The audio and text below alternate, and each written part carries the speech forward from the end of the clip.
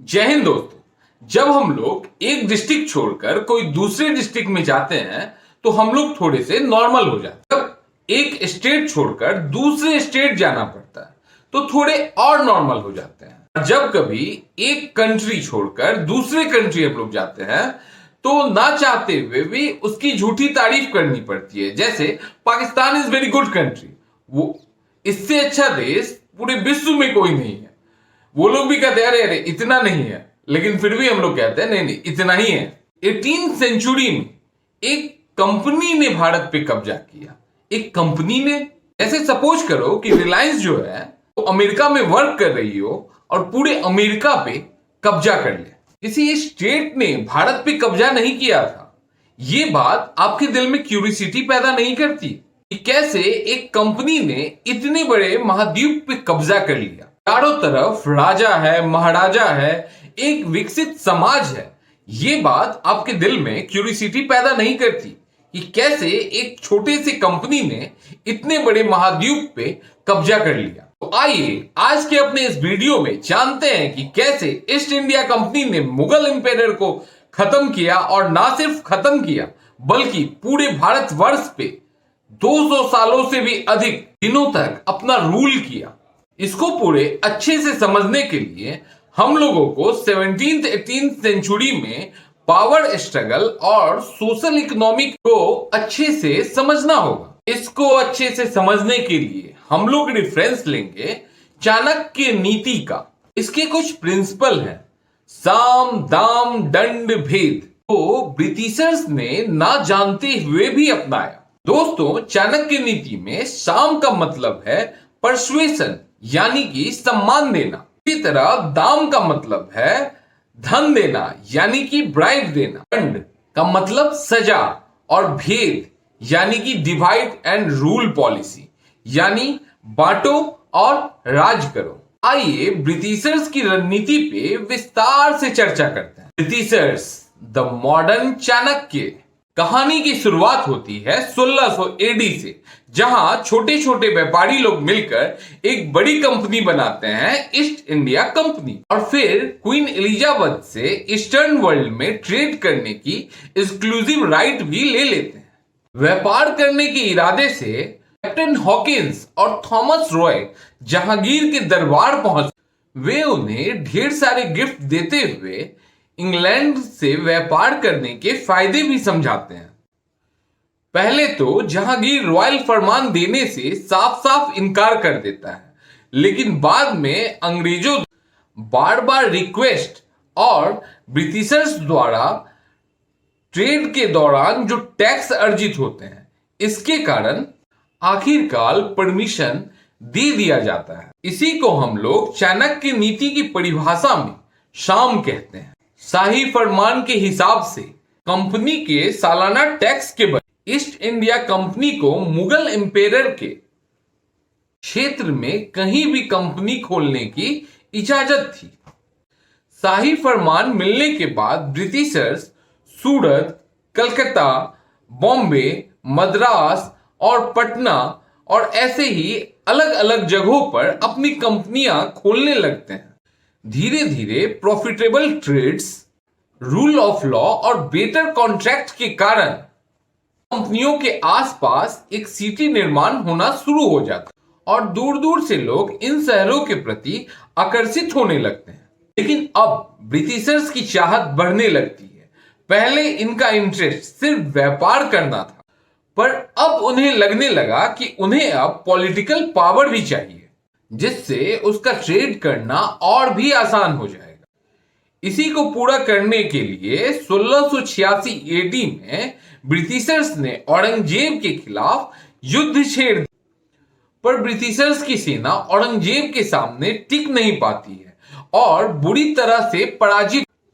इस घटना के बाद ब्रिटिशर्स को यह समझ में आ गया कि केवल साम दाम दंड से ही काम नहीं चलेगा, भेद का भी इस्तेमाल करना होगा, यानी बांटो और राज करो की नीति अपनानी होगी। सबसे पहले ब्रिटिशर्स हाथ जोड़कर औरंगजेब के सामने माफी मांगते हैं और आगे ऐसी भूल नहीं करेंगे, इसकी कसम तक खा। औरंगजेब भी टैक्स और इकोनॉमिक फायदा देखते हुए महज 15,000 का जुर्माना लगाकर ब्रिटिशर्स को माफ कर देते हैं और ये माफी आगे चलकर ईस्ट इंडिया कंपनी के लिए बहुत बड़ी लाइफलाइन साबित हुई।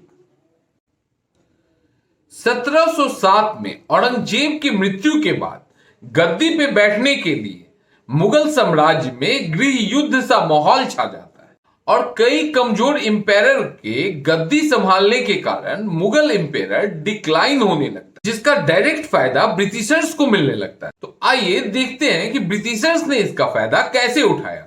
Successor and power struggles. 1717 में फारूक सियार एक शाही फरमान अंग्रेजों के लिए निकालता।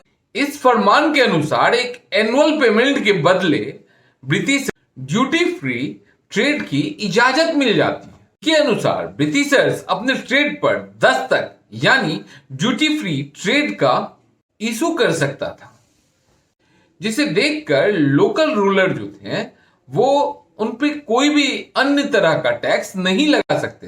पर अब ब्रिटिशर्स उनका मिसयूज करने लगे थे।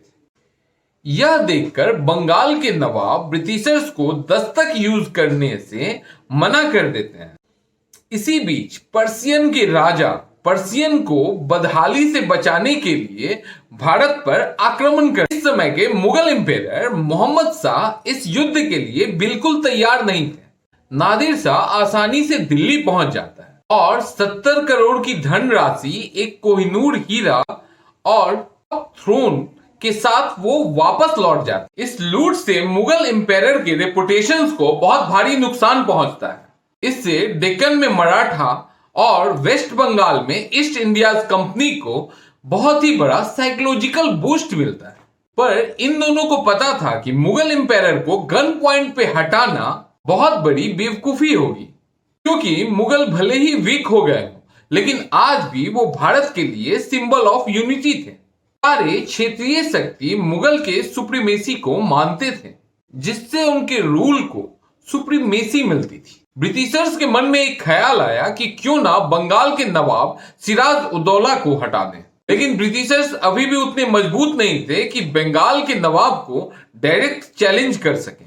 इसीलिए उन्होंने डिवाइड एंड रूल पॉलिसी यानी भेद का इस्तेमाल किया। सबसे पहले ब्रिटिशर्स बंगाल के मंत्री मीर जाफर को बंगाल के बड़े बैंकर जगत सेठ के सपोर्ट से अपने साथ मिला लेते हैं। 1757 के पलासी के युद्ध को आसानी से जीत लेने के बाद मीर जाफर को पपेट नवाब बना देते हैं। मराठा जोश में आकर 1759 में गद्दी पर बैठे शाह आलम को प्रोटेक्शन देने की पेशकश करते हैं। फिर क्या था, मुगल एम्पायर की सारी प्रॉब्लम अब मराठा की हो चुकी थी। नादिर शाह का जनरल अहमद शाह अब्दाली भारत पर फिर से आक्रमण करने के फिराक में था। 1761 में अब्दाली की सेना को रोकने गई मराठा पानीपत की तीसरी युद्ध में बुरी तरह से पराजित हो गई। मराठा के इस तरह से हार जाने के बाद पूरे भारत में एक पॉलिटिकल वैक्यूम क्रिएट हो जाता है।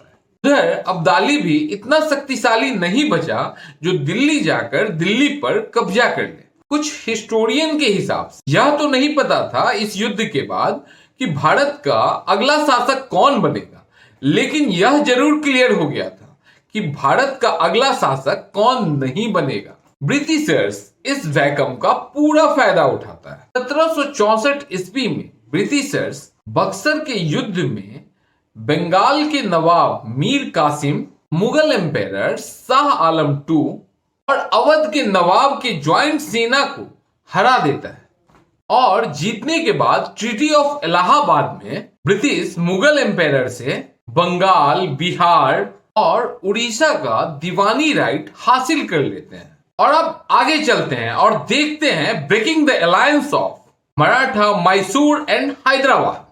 इसमें ब्रिटिशर्स सबसे पहले मराठा सरदार के बीच इंटरनल स्ट्रगल का इस्तेमाल करते हैं।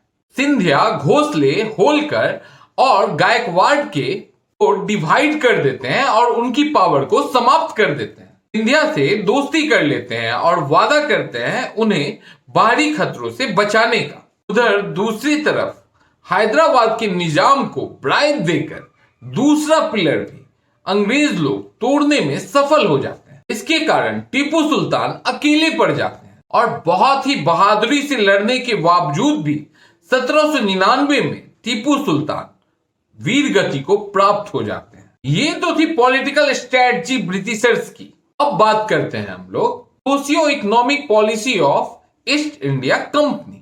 हैदराबाद हो या मराठा, सभी लोग ओल्ड टेक्निक का यूज करते थे जनरेटिंग रेवेन्यू के लिए। उनके मेजर रेवेन्यू जो थे सो किसान ही थे, लेकिन east India company better trade, commerce and revenue system और बेटर रूल ऑफ लॉ के कारण इंडिया के कुछ सेक्शन के लॉयल्टी को पाने में वो कामयाब रहे।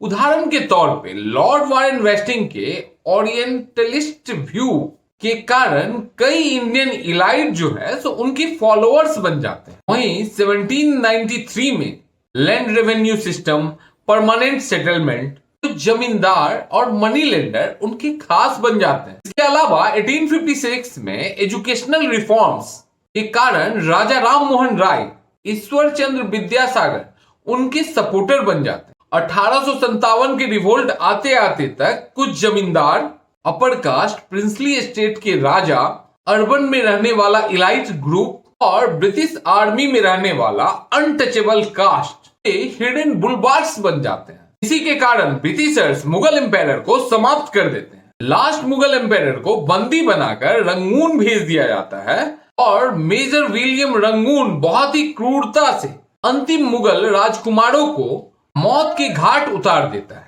जिस जगह ये घटना घटी आज भी हम लोग उस जगह को खूनी दरवाजा के नाम से याद करते हैं। तो दोस्तों, ये जो थी कहानी मुगलों को ब्रिटिशर्सों द्वारा डिस्प्लेस किए जाने की। अगर आपको हमारा वीडियो इंफॉर्मेटिव लगा तो हमारे इस वीडियो को लाइक और सब्सक्राइब जरूर कीजिएगा और जितना ज्यादा से ज्यादा हो सके शेयर भी कीजिएगा।